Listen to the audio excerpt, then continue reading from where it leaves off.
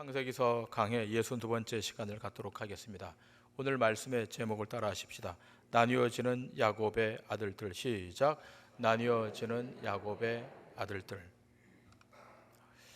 우리 지난주에는 그 임종 앞에 서 있는 야곱이 남긴 메시지에 관해서 함께 생각을 했습니다. 야곱은 긴 세월의 시간을 보내왔고 그 세월의 시간을 결산하면서 세 가지를 합니다. 그 첫째가 자신을 열조의 무덤에 묻어달라고 하는 것이었고, 그 둘째는 그 요셉의 두 아들을 손을 어긋맞게 축복하는 것이었고, 세 번째는 자신의 모든 아들들에게 축복하는 것이었습니다. 우리 첫 번째와 두 번째 내용은 지난주에 살폈고, 이제 세 번째 내용, 자신의 모든 아들들에게 축복하고 그 마지막을 결산하는 교훈을 오늘 말씀을 통해서 함께 생각하려고 합니다. 야곱은 그 자신의 아들들을 축복하면서 유언과 함께 야곱의 아들들, 곧 이스라엘의 12지파가 앞으로 어떻게 되어갈 것이다 라는 것을 예언합니다. 야곱의 이 예언은 단지 야곱의 가문이 어떻게 될 것이다 이것을 말하는 것이 아니라 하나님의 구속의 역사, 하나님의 구속의 일하심이 어떻게 진행되는 역사 속에서 펼쳐질 것인가를 말하고 있는 것입니다. 다시 말하면 야곱의 12아들, 곧 12지파가 되는 이 아들들의 삶이 개인의 삶이나 가족사에서 끝나지 않고 하나님의 언약의 성취적 차원에서 진행된다는 것입니다. 야곱의 아들들이 하나님의 일하심과 결부되어 있고, 결국은 이들은 죄 가운데 있는 인생들을 어떻게 죄 가운데서 꺼내시는가, 어떻게 도구로 사용되고 있는가, 하나님이 어떻게 그들을 사용하셔서 죄 가운데 인생들을 꺼내고 있는가, 그 도구로 사용되고 있다는 점에서 우리는 성경을 깊이 봐야 하는 것입니다.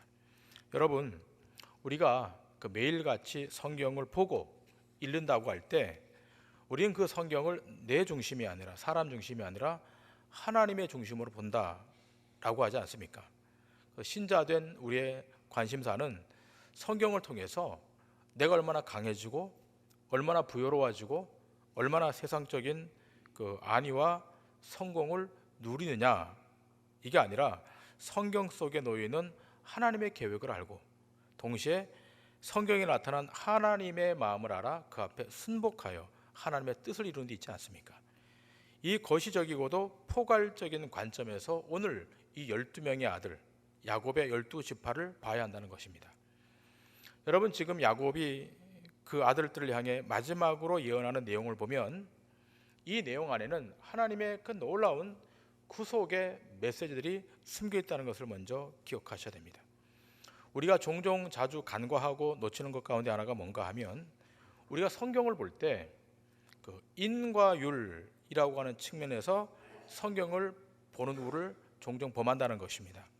여러분, 인과 율이 뭔가 하면 원인이 있으니까 결과가 있다라고 하는 법칙인데, 성경은 이 법칙을 무시하지 않지만, 그러나 하나님은 초월해서 이 법칙을 초월해서 전혀 다른 방식으로 설명할 수 있다는 것입니다. 르우벤, 장자 르우벤은 나쁜 짓을 해서 벌을 받고 요셉은 착한 일을 해서 복을 받았다. 여러분, 이렇게 볼 수도 있지만, 그러나 이렇게 되어버리면 성경에서 하나님이 나타내시고자 하는 속뜻, 그 하나님의 계시가 대단히 편협해지는 겁니다. 악인을 벌하시고 의인을 상 주신다, 맞습니다. 그러나 그 부분만 우리가 들여다볼 것이 아니라 조금 더 나아가서 하나님의 방식이 우리가 생각하는 방식을 초월하고 있다는 것을 조금 기억할 필요가 있습니다. 성경에서 악인이 오히려 형통하고 의인이 오히려 고난받는 문제가 얼마나 많이 나옵니까? 이럴 때 권선징악의 도구로 이 구도로 보게 되면 그 설명을 잘 못합니다. 그러니까 의인의 받는 고난이 해석이 잘 안 됩니다.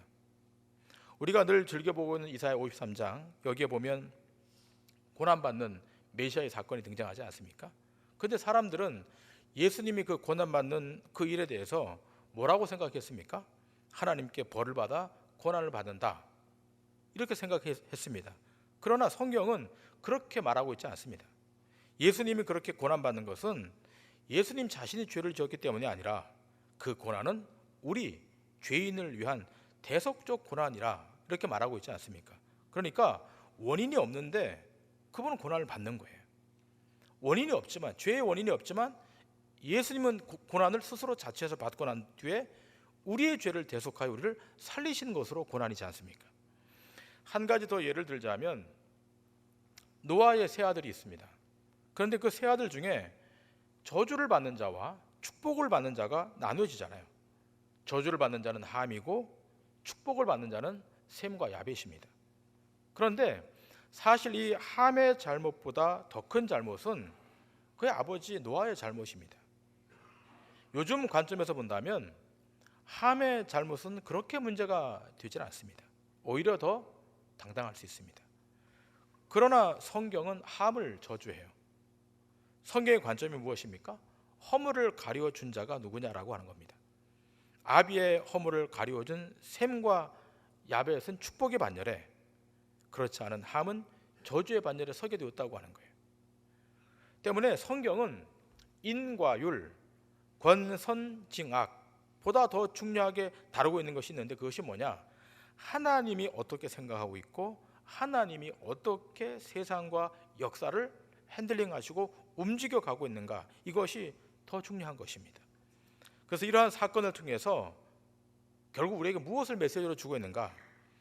하나님 앞에서의 구원은 허물이 가리움을 받는 자가 구원의 자리에 도달한다는 겁니다.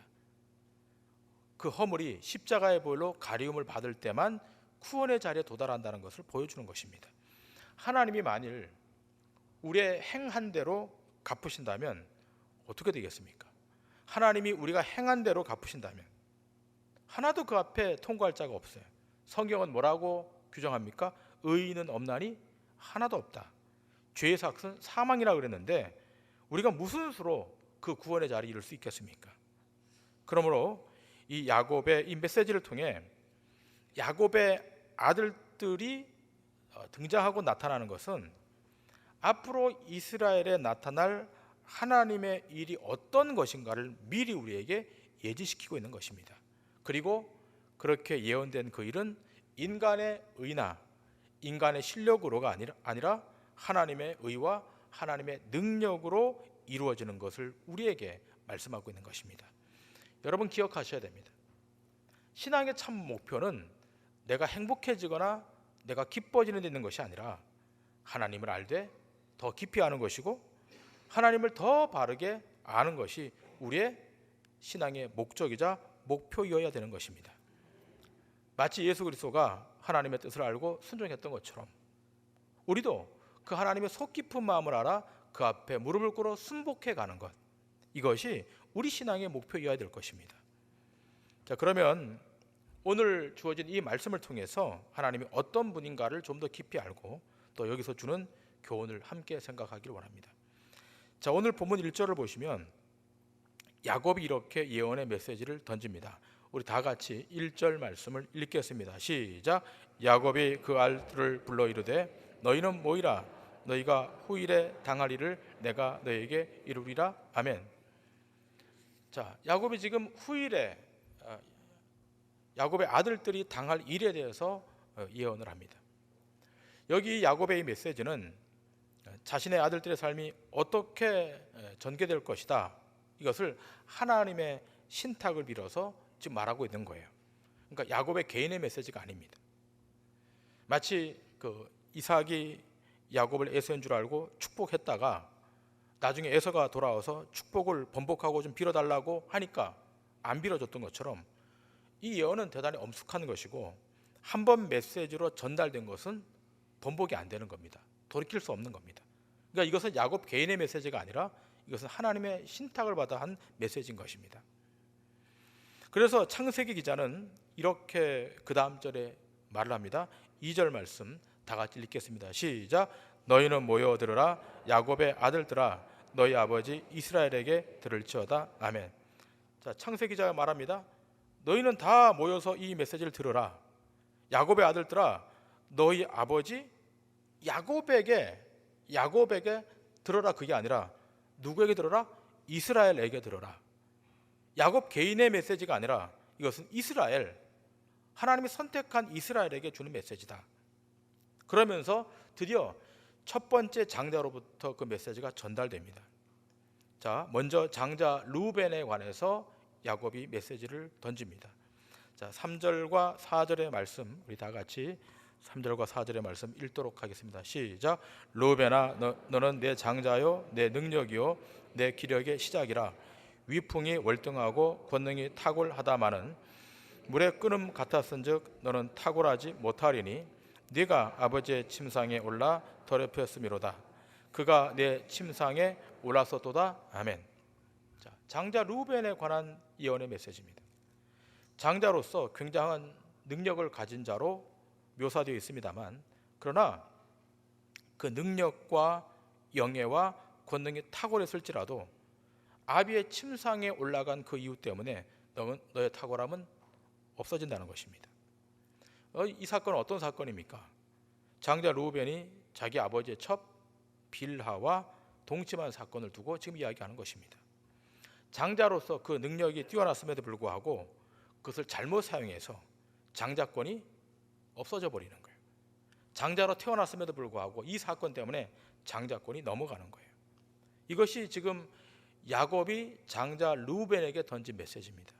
그 다음은 그 시므온과 레위에 관한 메시지인데, 오늘은 이 시므온과 레위에 관한 둘째와 셋째 아들에 관한 이 메시지를 중심으로 생각하려고 합니다. 자, 5절부터 7절의 말씀 우리 다 같이 읽도록 합니다. 시작. 시므온과 레위는 형제요, 그들의 칼은 폭력의 도구로다. 내 호나 그들의 모의에 상관하지 말지어다. 내 영광아 그들의 집회에 참여하지 말지어다. 그들이 그들의 분노대로 사람을 죽이고 그들의 혈기대로 소의 발목 힘줄을 끊었음이로다. 그 노여임이 혹독하니 저주를 받을 것이요 분기가 맹렬하니 저주를 받을 것이라. 내가 그들을 야곱 중에서 나누며 이스라엘 중에서 흩으리로다. 아멘. 자, 이 5절부터 7절의 짧은 말씀 안에 그 시몬과 레위에 관한 예언의 메시지가 잘 담겨 있습니다.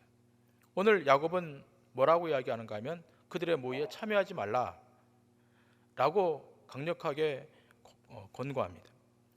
여러분, 이 둘은 세겜에서 자기 누이 동생 디나가 그 세겜 사람들에게 강간을 당한 그 사건에 대해서 지금 이들이 지나치게 복수한 것을 지금 추론하면서 얘기하는 것입니다.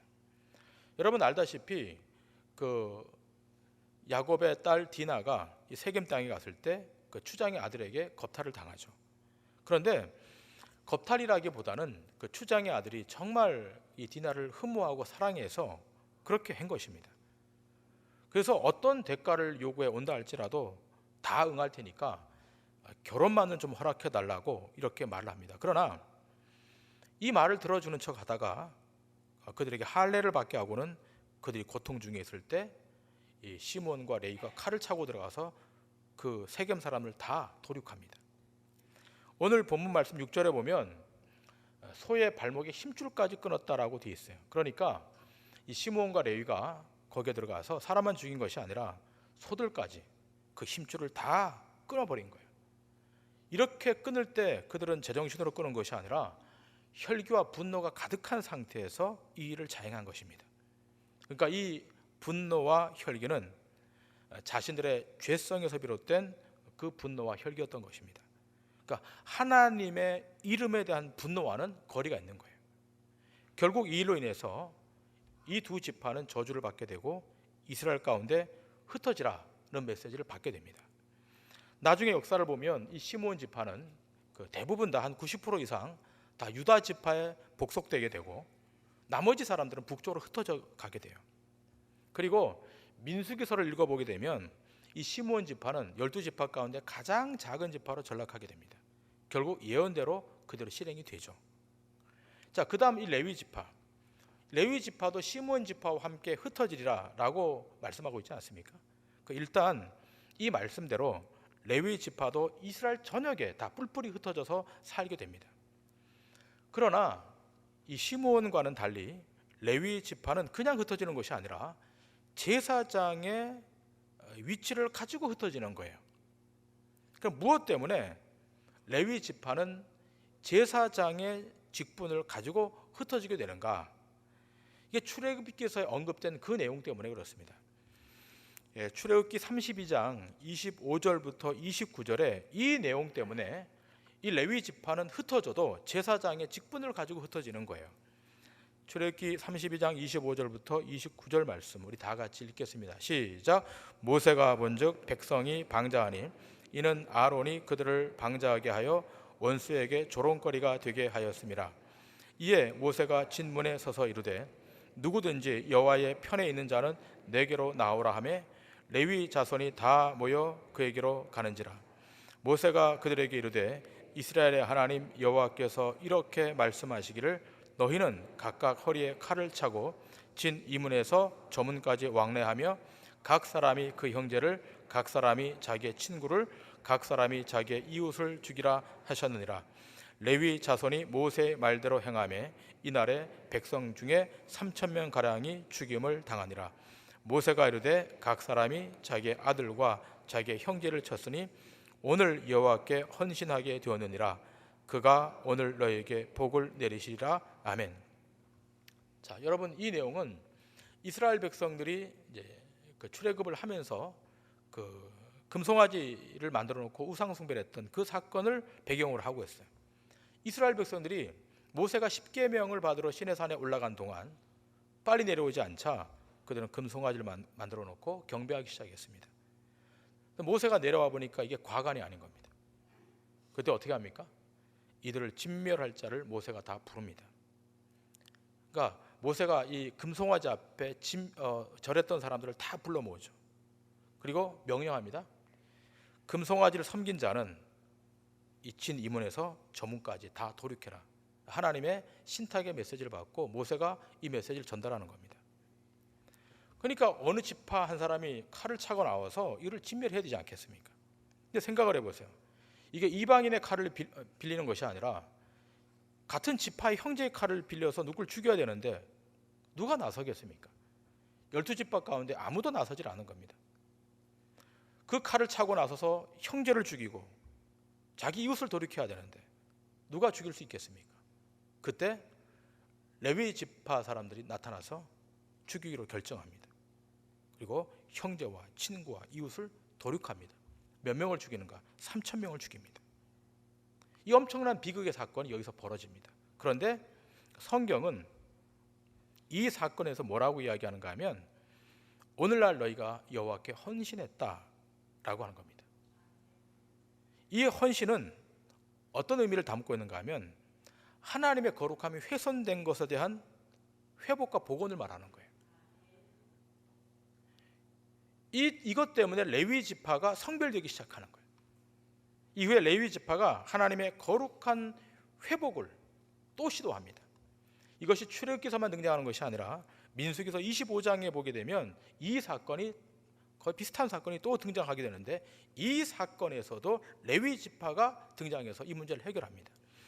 민수기 25장 1절부터 13절 말씀 제가 읽도록 하겠습니다. 이스라엘이 시딤에 머물러 있더니 그 백성이 모압 여자들과 음행하기를 시작하니라. 그 여자들이 자기 신들에게 제사할 때 이스라엘 백성을 청하며 백성이 먹고 그들의 신들에게 절함으로 이스라엘이 바알 부올에게 가담한지라. 여호와께서 이스라엘에게 진노하시니라.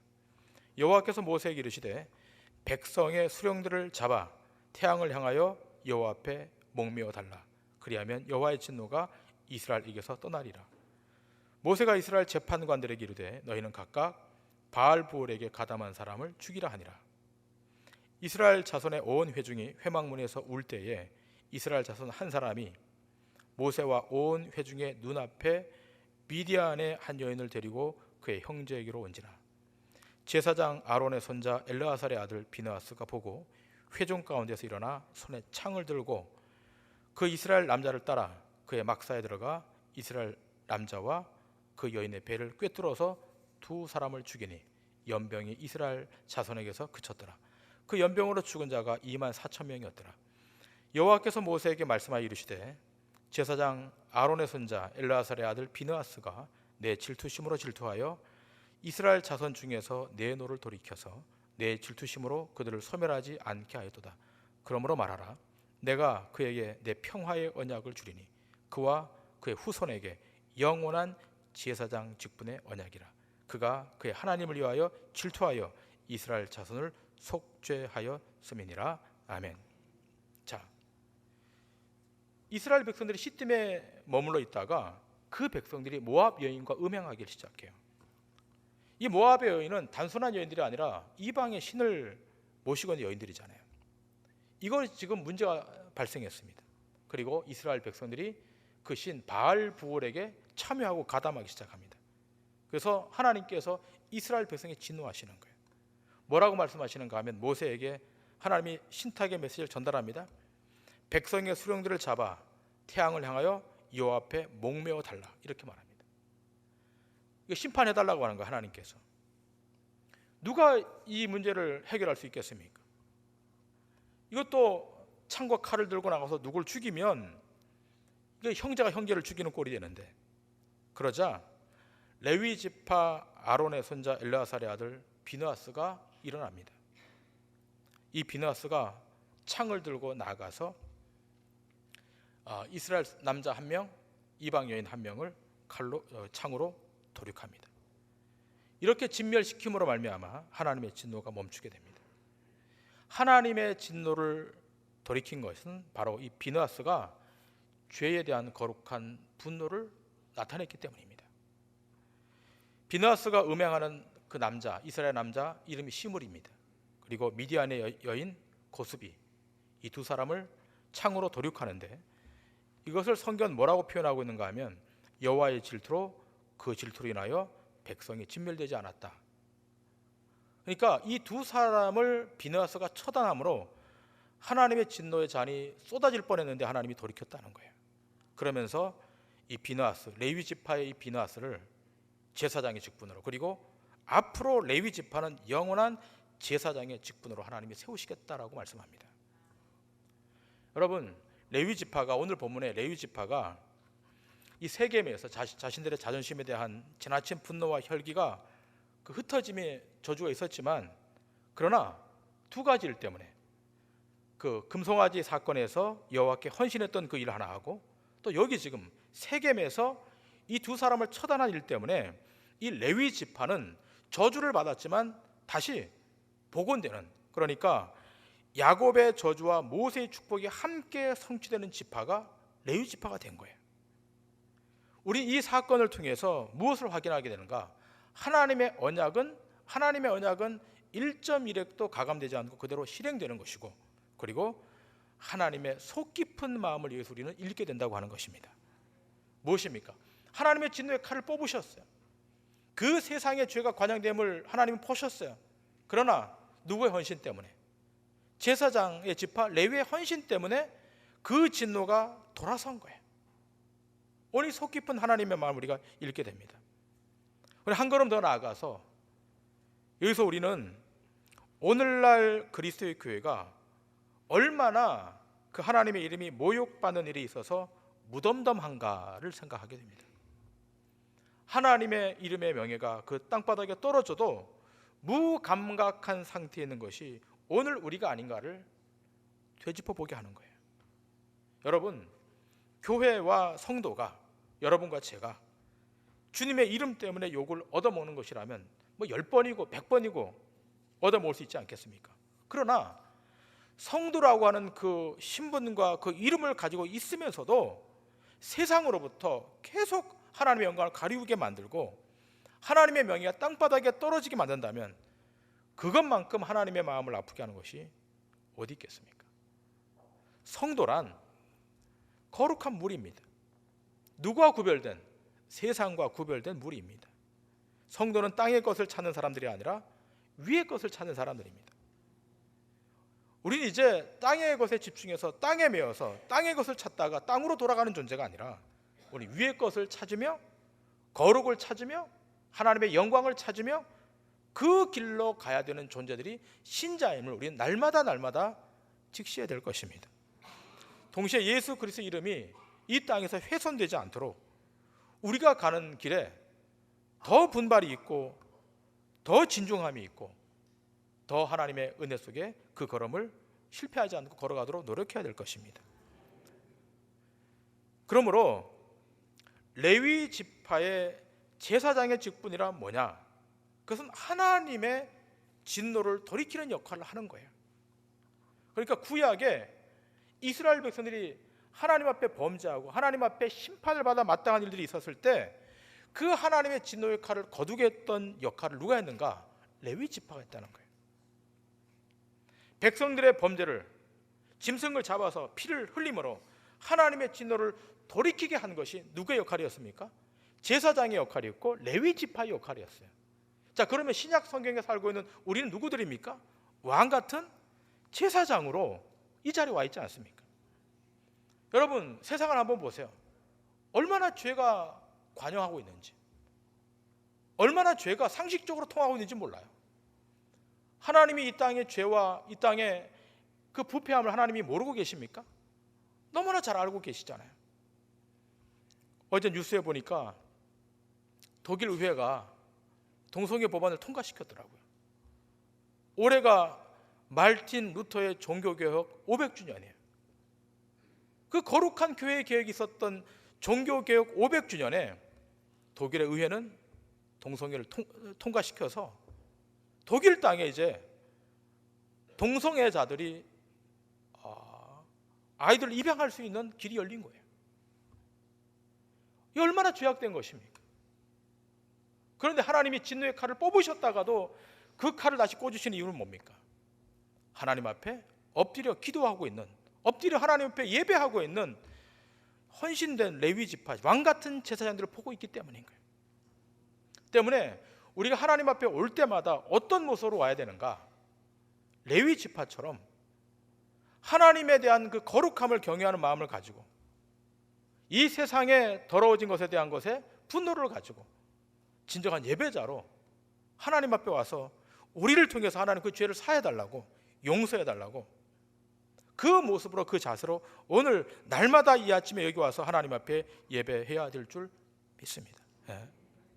구약에서 레위 지파의 역할이란 하나님의 진노를 제사를 통해서 돌이키는 것이었어요. 그럼 오늘날 우리는 어떤 사람들인가? 그 하나님의 진노를 예배를 통하여, 살아있는 예배, 이 예배를 통하여 그 진노를 돌이키는 거예요. 우리가 해야 되는 거예요. 세상 사람들이 할 수 있는 것이 아닌 겁니다. 근데 중요한 것이 있습니다. 이 레위 지파가 여기서 영원한 제사장으로 인준을 받지만, 그러나 그 레위 지파의 후손으로 이 세상의 인류의 모든 죄가 다 대속될 수 없었던 거예요. 그래서 어떻게 하십니까? 지파적인 레위 지파로부터 주님이 오도록, 메시아가 오도록 만들지 않고 어디로요? 하나님은 다른 방법을 동원해서 영원한 대제사장으로 우리 주님이 이 땅에 오도록 다시 만드십니다. 이것이 좀 어려운 내용이지만 이것이 히브리서 7장 1절부터 10절에 기록되어 있습니다. 자, 히브리서 7장 1절부터 10절의 말씀 제가 읽도록 하겠습니다. 이 멜기세덱은 살렘 왕이요 지극히 높으신 하나님의 제사장이라. 여러 왕을 쳐서 죽이고 돌아오는 아브라함을 만나 복을 빈 자라. 아브라함이 모든 것의 10분의 1을 그에게 나누어 주니라.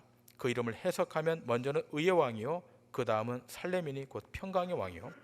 아버지도 없고 어머니도 없고 족보도 없고 시작한 날도 없고 생명의 끝도 없어 하나님의 아들과 닮아서 항상 제사장으로 있느니라. 이 사람이 얼마나 높은가를 생각해보라. 조상 아브라함도 노량물 중 10분의 1을 그에게 주었느니라. 레위의 아들들 가운데 제사장의 직분을 받은 자들은 율법을 따라 아브라함의 허리에서 난 자라도 자기 형제인 백성에게서 10분의 1을 취하라는 명령을 받았으나 레위 족보에 들지 아니한 멜기세덱은 아브라함에게서 10분의 1을 취하고 약속을 받은 그를 위하여 복을 빌었나니 논란의 여지 없이 낮은 자가 높은 자에게서 축복을 받느니라. 또 여기는 죽을 자들이 10분의 1을 받으나 저기는 산다고 증거를 얻은 자가 받았느니라. 또한 10분의 1을 받은 레위도 아브라함으로 말미암아 10분의 1을 바쳤다고 할 수 있나니 이는 멜기세덱이 아브라함을 만날 때 레위는 이미 자기 조상의 허리에 있었습니다. 여러분, 여기 중요한 내용이 하나 있습니다. 6절입니다. 여기 지금 멜기세덱이 등장하는데, 자, 이 멜기세덱은 레위의 족보에 있지 않아요. 그래서 히브리서 기자가 뭐라 그러는가 하면, 레위 족보에 들지 아니한 멜기세덱이 아브라함에게서 10분의 1을 취했다. 여러분, 10분의 1을 받을 수 있는 지파는 어느 지파입니까? 레위 지파 하나밖에 없어요. 근데 이상하게도 이 멜기세덱은 레위 지파에 속하지 않았음에도 불구하고 어떻게 해요? 10분의 1을 받은 거예요. 중요한 내용을 이렇게 상징시키고 있는 겁니다. 뭔가 하면 예수 그리스도는 레위 지파의 후손으로 오는 것이 아니라 뭘로 오신다? 멜기세덱의 반차로 오시는 거예요. 그렇게 해서 짐승의 피도 아니요, 죽어버리면 대제사장이 바뀌는 그런 제사장으로 오는 것이 아니라 어떻게 해요?